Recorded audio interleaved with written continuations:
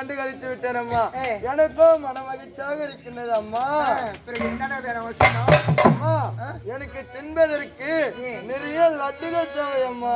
லட்டுகள் தேவையா? லட்டு ஆப்பிள் பழம் எது வேணுமோ அனைத்துமே வாங்கி வச்சிருக்கா. எனக்கு பழ வகை என்றால் எனக்கு ரொம்ப பிடிக்கும். அது மாற்றம் கிடையாதும்மா. எனக்கு அவள் கடை என்றால் எனக்கு ரொம்ப ரொம்ப பிடிக்கும் அம்மா. அப்படியா? ஆமா அம்மா மடியில் உட்கார்றா. அம்மா செல்லம்